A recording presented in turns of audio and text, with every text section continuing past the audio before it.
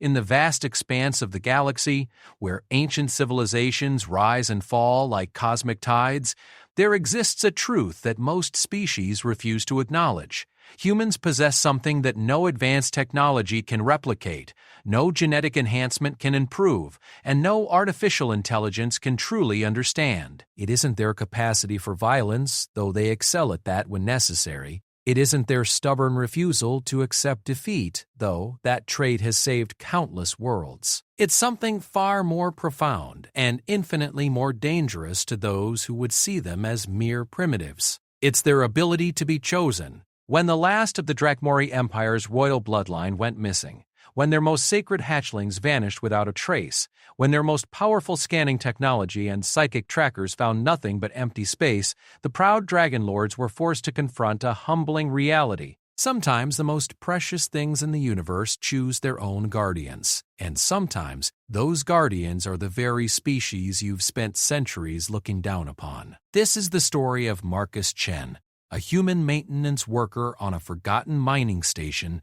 who became something the galaxy never expected. The keeper of dragons, the guardian of legends, and the bridge between two species that were never supposed to meet. It's also the story of how the universe learned that when it comes to protecting the innocent, humans don't ask for permission. They simply do what needs to be done. Marcus Chen had always been good with his hands. It was a trait that served him well in the maintenance tunnels of Station Kepler. 442, a forgotten mining outpost on the edge of civilized space, while other humans sought glory among the stars or tried to climb the political ladders of the Galactic Coalition, Marcus found satisfaction in keeping the old station running. Every humming ventilator, every functioning gravity generator, every working waste recycler was a small victory against the entropy that constantly threatened to claim another piece of human infrastructure. The station itself was nothing remarkable by galactic standards. Built during humanity's first wave of expansion 3 decades ago,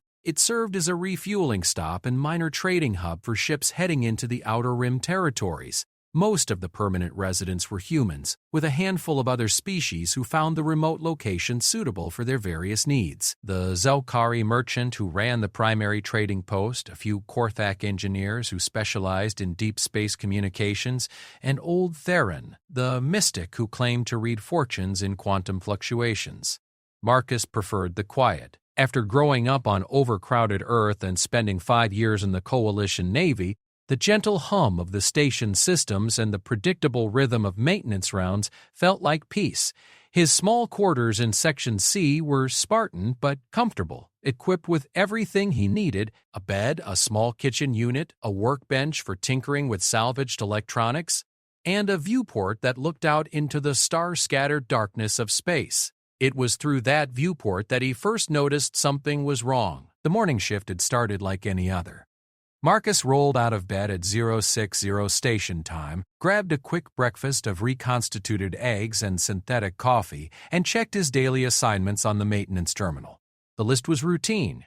Check the atmospheric processors in Section D, replace a faulty power coupling in the main corridor, and investigate a minor temperature fluctuation in the cargo bay. Nothing that would take more than a few hours. He was suited up and heading toward Section D when his personal communicator chirped with an incoming message. The sender identification made him pause. It was from Commander Sarah Mitchell, the station's commanding officer and one of the few people who outranked him in the small hierarchy of Kepler. 442. Chen, report to my office immediately. Priority 1. Priority 1 messages were rare on Kepler. 442. They usually meant either a critical system failure or unwanted attention from the outside galaxy. Marcus changed course, his mind running through possibilities. Had something happened to one of the major systems? Was there a problem with the Coalition inspectors who were supposed to visit next month? Commander Mitchell's office was located in the administrative section, a cluster of rooms near the station's command center. The door slid open as Marcus approached, revealing a space that managed to feel both official and comfortable. Mitchell sat behind her desk, her graying hair pulled back in a regulation bun, her expression serious but not grim. "Sir?" Marcus stepped inside, letting the door close behind him. "Have a seat, Marcus." Mitchell gestured to the chair across from her desk. I need to brief you on a situation that's developed overnight. Marcus settled into the chair, his curiosity piqued. What kind of situation? The kind that officially doesn't exist. Mitchell activated her desk's privacy screen, a subtle shimmer that would prevent any electronic surveillance from picking up their conversation. 3 hours ago, we received a priority communication from the Drakmori Empire. Marcus knew the name, of course. Everyone in the galaxy did. They were one of the oldest and most powerful civilizations in known space, a species of beings that resembled the ancient dragons of human mythology but possessed technology that made coalition science look primitive. They rarely interacted with younger species like humanity, preferring to observe from a distance with an attitude that most humans interpreted as benevolent indifference. "What do the Drakmori want with us?" Marcus asked. That's where this gets complicated. Mitchell leaned forward, her fingers stippled on the desk. According to their message, they've lost something extremely important to their species. They're asking for our assistance in locating it. Lost something? What kind of something? George, 3 hatchlings from their royal bloodline. Mitchell's expression grew more serious. Apparently, they disappeared from a heavily guarded facility on their homeworld 6 weeks ago. No trace, no evidence of how they left or where they went. The Drakmori have been searching with their most advanced technology, but they found nothing.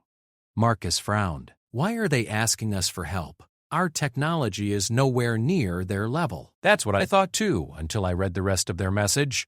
Mitchell touched her desk terminal, bringing up a holographic display.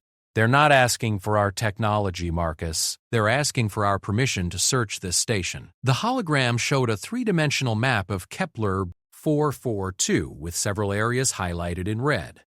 Marcus studied it for a moment, noting that most of the highlighted areas were in the less traveled sections of the station, places where the maintenance tunnels connected to old storage areas and unused chambers. "They think the hatchlings are here?" Marcus asked. "How is that possible?" "Our security isn't perfect, but we'd notice 3 dragon babies wandering around."